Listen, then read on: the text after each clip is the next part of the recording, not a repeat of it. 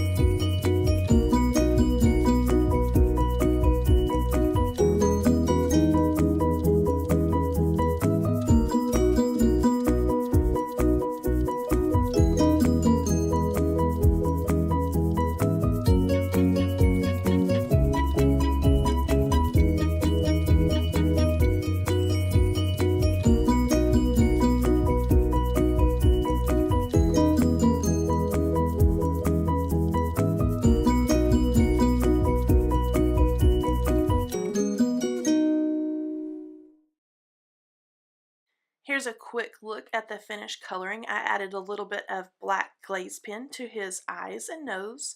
And now I'm going to use a ruler and just draw my balloon strings from the little ends of the balloons to his hand. And I'm being careful to pass behind his ears because I don't want any of the strings going in his face or over his ears. So I'm just skipping parts as if they would cross over another image. And then I just finished up by drawing a few little curly strings coming out of the bottom of his hand. And now I'm going to work on the greeting part. This says happy birthday, and this is also from that Gerda Steiner Happy Hoppy stamp set. And it was horizontal, and I wanted it to be a stacked greeting. And so I clipped that apart, and I'm setting that up in my Stampaholic stamping tool. And I'm going to get it all lined up. Make sure it's nice and straight, and then pick it up.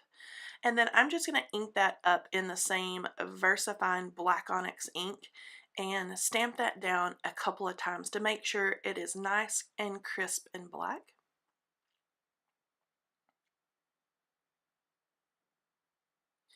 I added some foam tape on the back of that, and I'm just going to pop that on to a little background piece that I have cut using the Cat Scrappiness Fancy Scalloped Stitched dies. These are awesome. I love these to add just a little bit of interest around the edges. I'm going to pop that on to a white top folding card base. Add just a little bit of Wink Stella to the balloons and to the little bunny's ears and cheeks. That adds just a little bit of shimmer. And this is the finished card. Nice one layer springy colored card. Thank you so much for joining me. All the supplies can be found at catscrappiness.com. All the supplies are also found in the description box. Have a great day, and I'll talk to you next time. Bye-bye.